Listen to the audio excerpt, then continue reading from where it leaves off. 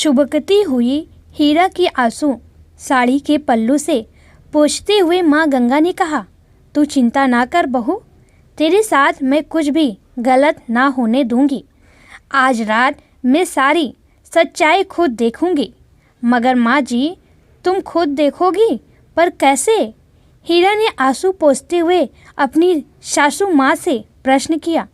तू कैसे को छोड़ और जैसा मैं कहती हूँ तू वैसा कर।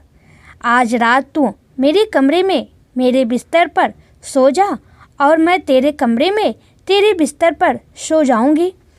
हीरा माँ की इन बातों से भौचक्की रह गई। माँ अपने बेटे को पकड़ना चाहती है या मेरी सत्यता जांचना चाहती है, पर मुझे कोई डर नहीं। बात तो सच ही था ना जो मैंने माँ को बताया, पर अगर कहीं शेरा को पता चल गया तो क्या करेगा पता नहीं। तभी माँ ने कहा, समझ गई बहू, अब तू जा और मैं भी चलूँ। बहू और माँ ने कमरे के साथ अपनी साड़ी और बिस्तर भी बदल लिए। रात्रि का लगभग 1 बजा था। घर के सभी लोग सो चुके थे, परंतु माँ की आंखों में नींद ना थी। वह समय के काटने का इंतजार कर रही थी। मन ही मन सोच रही थी, काश बहू की बात गलत हो जाए तो मैं कल उसकी खबर लूँगी।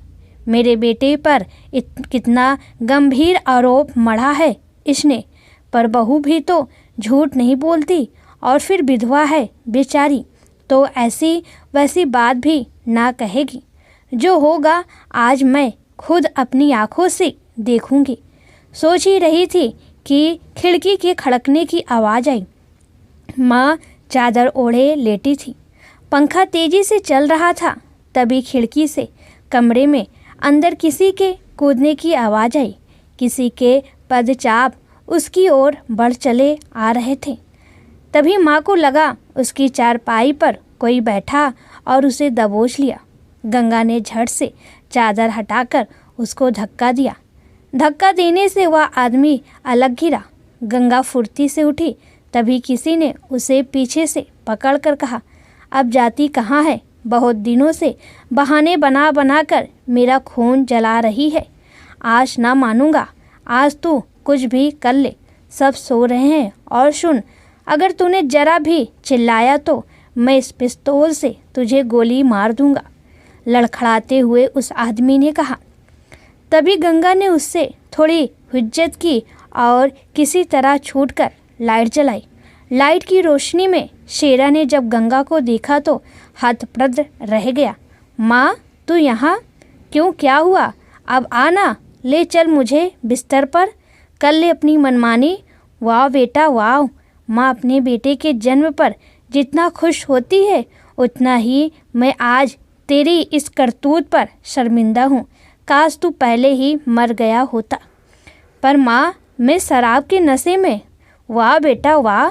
अपने कुकर्म को छिपाने के लिए एक कुकर्म की दलील।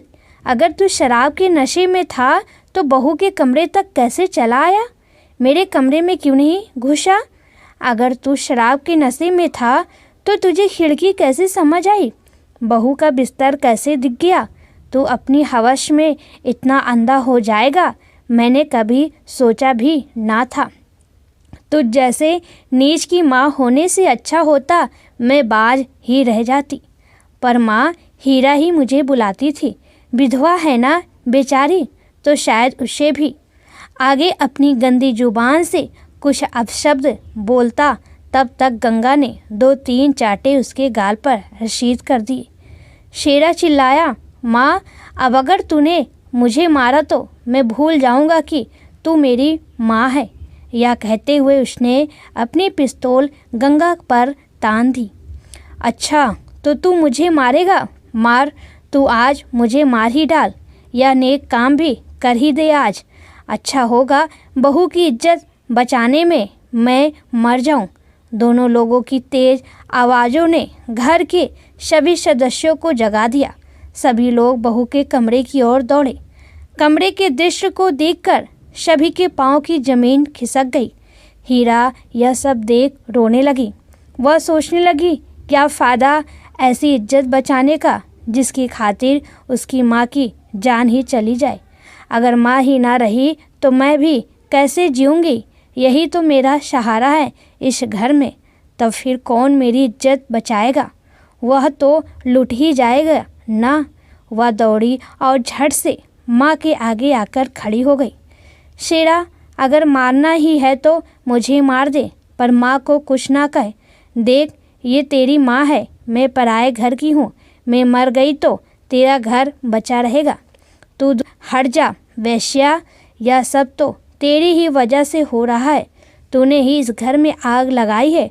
अब हम सबको नाटक करके दिखाती है। शेरा के मुंह से ऐसे बेशर्मी भरे शब्दों को सुनकर उसके पिता का क्रोध 7वें आसमान पर पहुंच गया। उसने झट से शेरा की पिस्तौल पकड़ी और दूर फेंक दी और अपनी छड़ी से उसको पीटने लगे और बोले, नालायक, हमारे खानदान में तुझ सा कपूत कोई पैदा नहीं हुआ। तेरी आंखों में जरा भी शर्म है तो मर जा कहीं जाकर। हमें तेरे मरने का तनिक भी अफसोस ना होगा। अरे बापू, तुम भी शुरू हो गए? तनिक मेरी भी तो बात सुनो। तुम भी मुझे अम्मा की तरह बेवकूफ़ समझते हो? ज़रा ठंडे दिमाग से सोचो बापू। हीरा की भरपूर जवानी और उस पर यह विधवापन, क्या काम वासना इसे ना जलाएगी? तब फिर उस आग को ठंडा करने के लिए यह किस किस के पास ना जाएगी? किसी बाहरी कुएं के पास जाकर प्यास बुझाए तो उससे आपकी बदनामी होगी। अच्छा है कि इसकी आग यहीं बुझती रहे। ऐसे घुनैने तर्क को सुनकर शेरा के बापू ने आगे बढ़कर उसके सिर के बाल पकड़ लिए और कहा, वाह बेटा वाह, इससे घटिया सोच तेरी हो भी नहीं सकती। तू क्षत्रिय नहीं है जो शेर की तरह जिए। अरे तेरा नाम शेरा रखा, पर तू तो गीदड़ निकला जो मरे हुए जानवरों को नोच नोच कर खाते हैं। तू भी दुख की मारी अपनी विधवा भाभी के बारे में इतने गंदे विचार रखकर उसे नोच नोच कर खाना चाहता है। अच्छा तो तब लगता जब क्षत्रियों की तरह तू इसका बेटा बनकर उन गीदड़ों से लड़ता जो इसकी ओर कुदृष्टि डालते। तू तो मेरा शेर था ना। तो अब चल और अपनी भाभी के चरणों में गिरकर इससे माफ़ी मांग। कहते हुए शमशेर सिंह ने शेरा को उसके चरणों में ढकेल दिया। पैरों में गिरा शेरा अंदर ही अंदर धड़कने लगा। बाबूजी बोले, बेटी, मैं शर्मिंदा हूँ और अपने नालायक बेटे की तरफ से तुझसे क्षमा चाहता हूँ। यह बात घर से बाहर कभी किसी को ना बताना, वरना हमारी इज्जत मिट्टी में मिल जाएगी। यह कहते हुए बाबूजी तेज कदमों से कमरे से बाहर चले गए। शेरा भी अकड़ कर बाहर निकल गया और हीरा माँ के गले लगकर रोने लगी। तभी माँ ने कहा, तू रो ना बेटी, तेरे लिए मैं हूँ ना, अभी मरी नहीं हूँ। मेरे रहते तुझे कुछ ना होगा। हीरा बोली, माँ तुम हमेशा मेरे साथ रहना, भगवान मेरी उम्र भी तुम्हें दे दे। रात किसी तरह कटी। अगली सुबह हुई मगर शेरा अभी भी अपमान की आग में जल रहा था। रात के अपमान ने उसे चोटिल बना दिया था। वह अपने अपमान का जल्द से जल्द बदला लेना चाहता था। उसने गांव के अपने नीच साथियों को एकत्र किया, फिर उनको शराब पिलाकर कुछ समझाया। 2-3 दिन घर में शांति बनी रही, पर यह शांति तो तूफान आने से पहले वाली शांति थी। एक सुबह हीरा और उसकी माँ दैनिक क्रियाओं से निवृत्त होने के लिए खेतों की ओर गई। खेतों में फसल खड़ी थी। जैसे ही वो दोनों खेतों में पहुंची, कुछ लड़के खेतों से निकल आए और हीरा को पकड़ने लगे। हीरा के साथ होते दुर्व्यवहार को रोकने के लिए जैसे ही उसकी माँ ने उन्हें उल्टा सीधा कहा, शेरा ने पीछे से आकर अपनी माँ को पकड़ लिया और मुंह पर कपड़ा के साथ उसके हाथ पांव भी बांध दिए। माँ ने छूटने की भरपूर कोशिश की, मगर सब बेकार गई। अब तो मुंह से आवाज़ भी न निकल पा रही थी। हीरा डर से थर थर काँपने लगी। तभी शेरा ने एक स्प्रे निकाला और हीरा के मुंह की ओर स्प्रे किया। थोड़ी देर में हीरा बेहोश हो गई। अब इन दुष्टों का काम और आसान हो गया। माँ की आंखों के सामने उसकी प्यारी बहू के साथ दरिंदगी की सारी हदें पार होती रही। उसके शरीर को बारी बारी से रौंद दिया गया। बेचारी माँ देखने और आंसू बहाने के अलावा कुछ ना कर सकी। उसकी आंखों के सामने उसके बेटे और उसके नालायक साथियों ने शराब पी और वहाँ से निकले। तभी कुछ दूर जाकर शेरा अपने साथियों के साथ पुनः पलटा और माँ के पास आकर उसको ठोकर मारते हुए बोला, देख बुढ़िया, तूने देख लिया शेरा का बदला। मैं जमींदार खानदान का शेर हूँ और तू एक औरत, मेरा कुछ नहीं बिगाड़ सकती। मैंने तेरी आंखों के सामने ही बहू से दुराचार किया, तू शिवा आंसू बहाने के कुछ ना कर सकी और अब कुछ कर भी नहीं सकती, क्योंकि मैं तेरा इकलौता बेटा रह गया हूँ। अगर मुझे कुछ हुआ तो तेरा वंश नष्ट हो जाएगा। तेरी चिता को आग देने वाला भी कोई ना बचेगा और अगर तूने पुलिस से कुछ कहा तो अब की बार तेरी इज्जत पूरे गांव के सामने, समझ गई ना। बेचारी गंगा के लिए इससे शर्मनाक क्षण और कोई ना हो सकता था, क्योंकि एक माँ के लिए इस परिस्थिति को फेस करना आसान ना था। उसने आंख बंद की और मन ही मन कुछ संकल्प किया, पर क्या यह कोई नहीं जानता था। पर इतना जरूर है कि संकल्प में बड़ी शक्ति होती है। हीरा तो पहले ही मर चुकी थी। उसके शरीर से निकलता खून और शरीर पर पड़े निशान उसके साथ होने वाले जघन्य कृत्य की कहानी खुद ब खुद बयां कर रहे थे। सारा खेल खत्म हो चुका था, मगर माँ भी करे तो क्या करे। वह अब बेबस थी। वह सोचने लगी, कैसे राक्षस को जन्मा है मैंने, जिससे अपना घर ही उजाड़ दिया, वह भी मेरे सामने, और मैं कुछ ना कर सकी। कितनी बेबस होती है एक औरत। हीरा के शरीर से निकलता रक्त और माँ के आंखों से बहते आंसू सुबह की बेला को बहाए लिए जा रहे थे। जब काफ़ी समय बीत गया तो शेरा के बापू को कुछ संदेह हुआ। वह उन दोनों को देखने खेतों की ओर गए। कुछ देर ढूंढने के उपरांत उन्हें रक्त रंजित हीरा की अर्धनग्न अवस्था में पड़ी लाश मिली। हीरा के शव को देखकर उनका कलेजा काँप उठा। झट से उन्होंने अपनी पगड़ी खोलकर उसके ऊपर डाली। उन्होंने कभी सपने में भी नहीं सोचा था कि मेरी पगड़ी मेरे बहू का कफन बनेगी। दूसरी तरफ जब निगाह घुमाकर देखी तो गंगा बंधी पड़ी थी। गंगा की ऐसी हालत देखकर उनकी आंखों से आंसू बह निकले। उसने तुरंत उसे खोला। गंगा अपने पति के गले लगकर रोने लगी और बोली, हम बर्बाद हो गए। हम अपनी विधवा बहू के साथ न्याय ना कर सके। पर कुछ बताओ भी, आखिर हुआ क्या, किसने किया यह सब? सुनो जी, अब अपनी बहू को अपने कंधे का सहारा दो और ले चलो इसे। हीरा के बापू ने हीरा को अपने कंधों पर उठाया और घर की ओर ले चले। ठाकुर साहब को अपनी विधवा रंग रंचित बहू को यूं कंधे पर लटका कर लाता देख गांव के सभी लोग इकट्ठे होने लगे। हीरा के साथ दुराचार और उसकी मौत की खबर आसपास के सभी गांव में फैल गई। सभी लोग हतप्रभ थे कि बड़े घर की बहू के साथ ऐसा जघन्य अपराध करने की हिम्मत किसने की, मगर किसी की समझ में कुछ नहीं आ पा रहा था। लोगों के साथ हीरा के बापू ने कहा, गंगा, क्यों ना हम अज्ञात लोगों के खिलाफ पुलिस में रिपोर्ट दर्ज करा दें, जिससे हमारी बहू के साथ हुए अपराध के अपराधी को सज़ा दिलाने में मदद मिलेगी। गंगा ने कहा, छोड़ो, हम क्यों पुलिस के झगड़े में पड़े। हमारी इज्जत पहले ही मिट गई, अब और फजीहत ना होने दूंगी। इसका जल्द से जल्द दाह संस्कार करा दीजिए। ठाकुर शमशेर सिंह ने हीरा का दाह संस्कार करा दिया। कोई भी ठाकुर साहब के फैसले के विरुद्ध कुछ ना कह सका। दाह संस्कार के बाद उस रात्रि घर में सन्नाटा पसरा था। तभी शेरा अपने घर आया और अपने कमरे में चला गया। कमरे में पहुंचकर वह अपने बिस्तर पर लेटा ही था कि अचानक उसके कमरे का दरवाज़ा खुला देखा। उसकी माँ उसके सामने खड़ी है। वह बोली, शाबाश बेटा, उस कुलच्छणी को तूने अच्छा सबक सिखाया। वह बहुत ज़ोर से हंसी। हाँ हाँ हाँ, अच्छा हुआ वाह मर गई, वरना हम सब के लिए मुसीबत बनी रहती। आ मेरे गले लग जा। शेरा उठा और माँ के गले लग गया।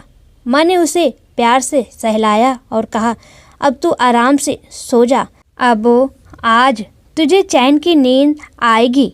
माँ के बदले स्वरूप से शेरा भौचक्का रह गया। पर माँ तो माँ होती है, अपने लड़के का कभी बुरा नहीं चाहती। वह मन ही मन सोचने लगा। माँ वहाँ से चली गई। थोड़ी देर में वह शमशेर सिंह के कमरे में गई। इतनी रात गए गंगा, तू यहाँ क्या करने आई है? शमशेर सिंह ने कहा, गंगा क्या कर सकती है सिवा पाप धोने के। पाप धोने के? किसका पाप? तू क्या कह रही है? मेरी तो कुछ समझ में नहीं आ रहा है। मगर गंगा सब जानती है ठाकुर साहब, पाप करने वालों को भी और पाप धोने वालों को भी। उसने शमशेर सिंह की बंदूक उठाई, उसमें दोनों कारतूस डाले और लेकर चल दी। अरे गंगा, यह कोई खिलौना नहीं जो तू इसको लिए जा रही है। यह बंदूक है, बंदूक। इससे गोली चल जाएगी। हाँ, मैं भी जानती हूँ इस बंदूक और गोली को, पर तुम पीछे हटो ना। आज मुझे अपना धर्म निभाने दो। वह चली और शेरा के कमरे में जा पहुँची। लाइट जलाई तो शेरा चौंक कर उठ बैठा। माँ के हाथ में बंदूक और पीछे बाबूजी को खड़ा देखा। माँ, वह घबराया और बोला, अरे बाबूजी देखो, माँ बंदूक। हाँ हाँ बंदूक। तू क्या समझता है तू मनमानी करेगा? तेरा खून खून है, हीरा का खून खून ना था। तेरे अंदर ही ज्वार उठता है, पर तू नहीं जानता, जब एक माँ के अंदर ज्वार उठता है तो प्रलय आ जाती है। तूने क्या कहा था? तू जमींदार कुल का शेर है? तो सुन, मैं भी उस कुल की देवी हूँ, और सवारी शेर नहीं देवी करती है। हाँ, एक बात और सुन ले शेरा, जब कुत्ता या शेर पागल हो जाता है तो उसे गोली मार दी जाती है, ताकि वह समाज के लिए खतरा ना बन जाए। और तू वही पागल कुत्ता है, तू तो शेर भी नहीं है। तू अब इतना ताकतवर हो गया कि अपनी माँ की इज्जत सरेआम उछालेगा।